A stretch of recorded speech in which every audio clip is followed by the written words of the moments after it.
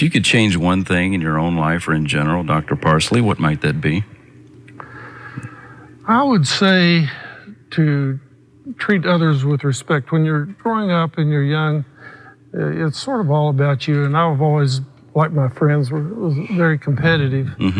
And you want to beat them, you want to have your name up, you want to do this, and all about you. As time goes on, you realize it's not about you. It's about others. Yeah. And if you lift them up, you'll come with them. That's a great point. Now, you'd mentioned the answer to the leadership question earlier was unification. So this next question's our mouthful question that I ask all of our guests. Could you describe in detail a particular scenario or incidents where you utilized your own philosophy on leadership? It doesn't have to tie back to that, but if that is helpful. In 2009, I was the president of the International Society of Hair Restoration Surgery. Okay. And they always have a presidential reception, which I wasn't warm to because because you get to invite the people. I wasn't worried about who I invited. I was worried about who I didn't invite.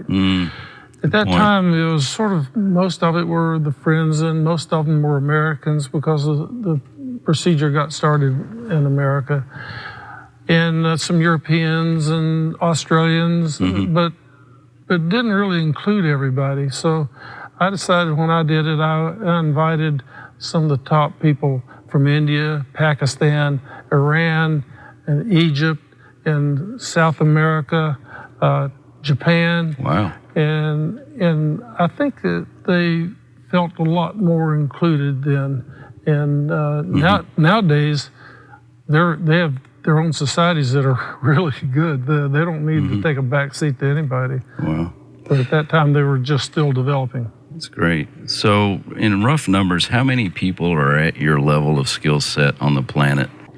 There's getting a lot. There's some that are extremely good. Okay. I would say it'd be at least 100.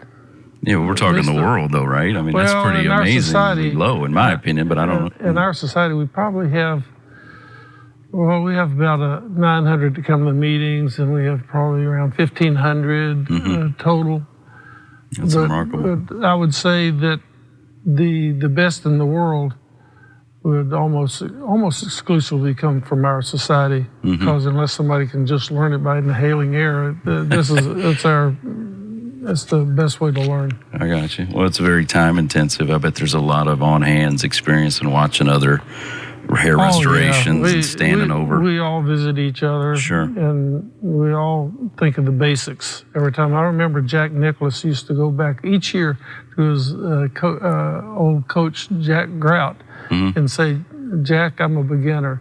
Let's go through the setup. Let's go through this. So you always go back to the fundamentals. That's great.